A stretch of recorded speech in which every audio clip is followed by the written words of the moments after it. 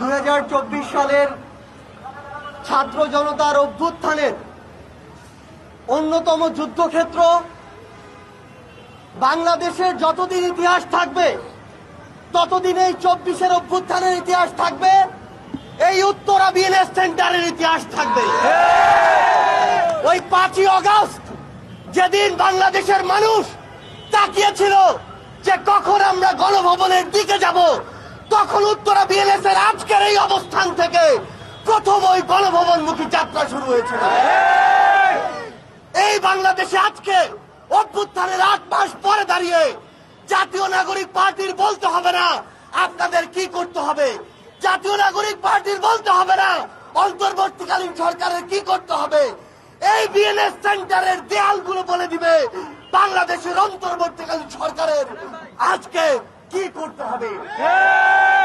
এই ফ্লাইওভারের দেয়ালের দিকে যদি তাকান, ওই দেয়ালে লেখা আছে খুনি হাসিনা। একজন যদি খুনি হয়, 24-এর অভ্যুত্থানের ওই রক্তের উপরে লেখা ওই খুনি হাসিনার যে খুনি, সেই খুনির বিচার হওয়া পর্যন্ত এই বাংলাদেশে কিভাবে আমরা নির্বাচনের কথা বলতে পারি। ওই খুনি হাসিনার খুনি শব্দটি মুছে ফেলার চেষ্টা করা হচ্ছে। তার মানে এই বাংলাদেশে ওই হাসিনার দোসররা আবার ফিরে আসার চেষ্টা করছে। খুনি হাসিনা থেকে খুনি শব্দটি মুছে ফেলার চেষ্টা করছে। এটি হচ্ছে এই মুহূর্তে অন্তর্বর্তীকালীন সরকার এবং আইন শৃঙ্খলা রক্ষাকারী বাহিনীর সবচেয়ে বড় সীমাবদ্ধতা, যে ওই খুনি হাসিনা থেকে খুনি শব্দটি মুছে ফেলার স্পর্ধা এখন এই বাংলাদেশে কেউ দেখাচ্ছে। ওই দেয়ালে এখন লেখা রয়েছে স্বৈরাচার চাই না। রক্তের বিনিময়ে এই উত্তরা, এই বাংলাদেশ যে স্বৈরাচারকে হটিয়েছে, সেই স্বৈরাচার এই বাংলাদেশে আমরা আর চাই না। এই স্বৈরাচার কখনো একা স্বৈরাচার হয়ে উঠতে পারে না। হাসিনা কখনো একা খুনি হাসিনা হয়ে উঠেনি। যারা এই হাসিনাকে খুনি হাসিনা হয়ে উঠতে সহযোগিতা করেছে, তাদের বিচার ব্যতীত এই বাংলাদেশে নির্বাচনের আলাপ করা যেতে পারে না।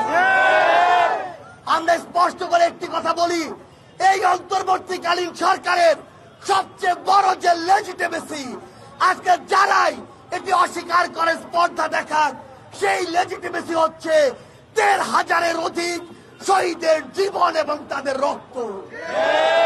আজকে যারা বড় বড় কথা বলে, তাদেরকে আমরা দেখেছি কিভাবে নিজের মুখ ঢেকে রেখে অফিসের ওই যে দেয়াল, অফিসের ওই যে গেট, তার ভিতরে চেয়ারে ঢুকে বসে থাকত।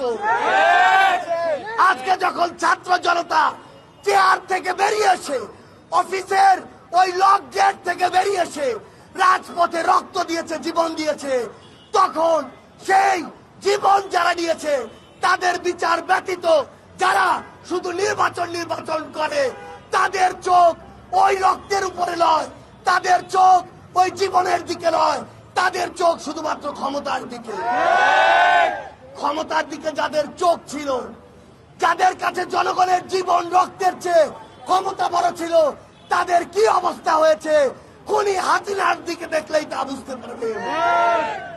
আমরা স্পষ্ট করে বলি, এই বাংলাদেশে ওই হাসিনা খুনি হাসিনা হয়ে উঠেছে, যে স্বৈরাচার তৈরি করেছে, যে সিস্টেমটা তৈরি করেছে, এদের সামগ্রিক বিচার না হওয়া পর্যন্ত এই বাংলাদেশে অন্য কিছু চিন্তা করা শুধুমাত্র ব্যক্তি স্বার্থকে প্রাধান্য দেওয়ার সবচেয়ে বড় লক্ষণ। যারা এই বাংলাদেশে ব্যক্তি স্বার্থ আর দলীয় স্বার্থকে জাতীয় স্বার্থ কিংবা জনগণের স্বার্থের চেয়ে বড় করে দেখেছে, তাদের ফল ভালো হয়নি। আমরা স্পষ্ট করে একটা কথা বলি, আমরা পুরো বাংলাদেশে দেখতে পাচ্ছি রাজনৈতিক কিছু দলের কিছু নেতা কর্মী, আইন শৃঙ্খলা রক্ষাকারী বাহিনীর ওই অংশ যেটি আওয়ামী লীগের সময়ও আওয়ামী লীগের দালালি করেছে, তাদের সাথে একসাথে পুরো দেশে মামলা বাণিজ্য করছে। তারা একসাথে বিভিন্ন নিরপরাধ মানুষকে মিথ্যা মামলায় ঢুকিয়ে জিম্মি করছে। আবার তারা একসাথে অনেক অপরাধীকে গ্রেফতার করার মতো বিন্দু মাত্র আগ্রহ দেখাচ্ছে না। আমরা স্পষ্ট করে একটা কথা বলি, এই যে মামলা দেওয়ার আগে ডেকে নিয়ে টাকা নেওয়ার ব্যবসা, মামলা দেওয়ার পর নাম কাটানোর ব্যবসা, মামলা দিয়ে জামিন করানোর জন্য আবার টাকার ব্যবসা, এগুলো বিগত 16 বছরের কালচার। এগুলো বাদ দিন, না হলে আপনাদের পরিণতি একই রকম হবে। আমরা স্পষ্ট করে একটি কথা বলি, এই বাংলাদেশে 24-এর অভ্যুত্থান পরবর্তী বাংলাদেশে ওই খুনিদের বিচার হওয়ার পূর্ব পর্যন্ত অন্য কোনো কিছুর কথা বাংলাদেশের ছাত্র সমাজ মেনে নিবে না। আমরা আমাদের জায়গা থেকে পুরো বাংলাদেশের মানুষের পক্ষ থেকে একটাই দাবি জানাই, যারা এত বড় একটি গণহত্যা ঘটিয়েছে তাদের এই বাংলাদেশে রাজনৈতিক কর্মকাণ্ড করার কোন ধরনের অধিকার থাকতে পারে না। তারা এই বাংলাদেশের আগামী নির্বাচনে অংশগ্রহণ করার বিন্দু মাত্র প্রশ্ন আসে না। যারা এই স্পর্ধা দেখাবে তাদের বিরুদ্ধে বাংলাদেশের ছাত্র জনতা দাঁড়াবে, তাদের বিরুদ্ধে শহীদ পরিবার দাঁড়াবে, তাদের বিরুদ্ধে আহত যোদ্ধারা দাঁড়াবে, তাদের বিরুদ্ধে 24-এর আন্দোলনের ছাত্র জনতা দাঁড়াবে। আমরা জাতীয় নাগরিক পার্টির পক্ষ থেকে স্পষ্টভাবে বলি, ওই খুনি হাসিনার বিচার হতে হবে। এই বাংলাদেশের আগামী নির্বাচনের পূর্বে আমরা খুনি হাসিনার বিচারের রায় দেখতে চাই। খুনি হাসিনা এই হত্যাকাণ্ডের যে হুকুম দিয়েছিল, এটার বিন্দু মাত্র প্রমাণের কি অভাব রয়েছে?